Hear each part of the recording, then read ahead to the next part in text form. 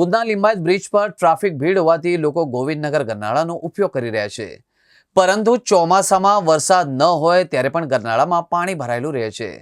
Repairing અને ખાડાઓના પુરાણ કર્યા હોવાના બાકી હોવાથી વાહન ચાલકોને મુશ્કેલીઓનો સામનો કરવો પડી રહ્યો છે।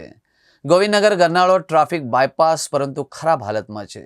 ઉધના લિંબાયત બ્રિજ પર ટ્રાફિક ભીડ હોવાથી લોકો ગોવિંદનગર ગરનાળાનો ઉપયોગ કરી રહ્યા છે, પરંતુ ચોમાસામાં વરસાદ ન હોય ત્યારે પણ આ ગરનાળામાં પાણી ભરાયેલું રહે છે। રિપેરિંગ અને ખાડાઓના પુરાણ કર્યાના બાકી હોવાથી વાહન ચાલકોને મુશ્કેલીનો રોજબરોજ સામનો કરવો પડી રહ્યો છે।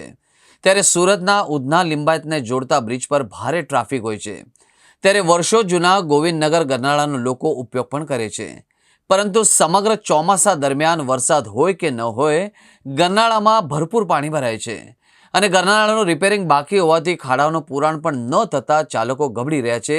જો કે તંત્ર ડોક્યું સુધા કરતું નથી। ગોવિંદનગરનું ગરનાળું છે, અહીંયા બહુ જ આવવા જવાની તકલીફ વધારે પડે છે, કારણ કે આ છે ને ખાડાઓ પણ બહુ છે, અંદર મત્તીઓ પણ બહુ છે, એટલે અમારી ગાડી બધી સ્લીપ ખાય છે। કેટલા વખતથી આ સમસ્યા છે? ઘણા વખતથી છે આ સાહેબ। અહીંયા આવ્યું બનાવે એટલે પાછું પાણી આવ જાવ કરે એટલે પાછા ખાડા જ પડી જાય છે। શું કહેશો સરકારને? સરકારને આટલી જ વાત કરવા માંગુ છું કે આ ફટાફટ બનાવો, આવવા જવાની તકલીફ વધારે થાય છે।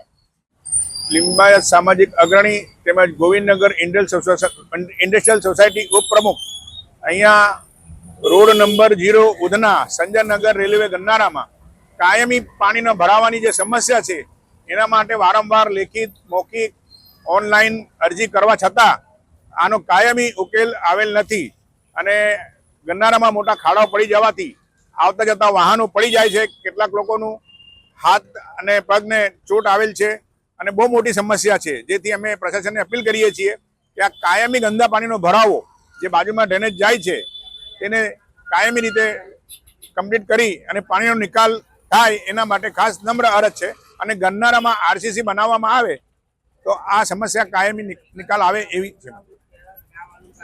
અહીંયાથી લોકો કેટલા લોકોની અવર જવર છે? શું આ ઉધના અને લિંબાયતને જોડતો જીવા દોરી સમાન રસ્તો છે। હજારોની સંખ્યામાં વાહન વ્યવહાર અહીંથી આવે જ આવે છે। 2 વ્હીલર 3 વ્હીલર માટેનો આ મેઇન રોડ છે, જેથી પ્રશાસનને અપીલ કરીએ છીએ કે આનો તાત્કાલિક ગંદા પાણીનો ભરાવો જે છે તેને તાત્કાલિક ઉકેલ આવે અને તાત્કાલિક નિકાલ થાય એવી અમે આશા અપેક્ષા છે।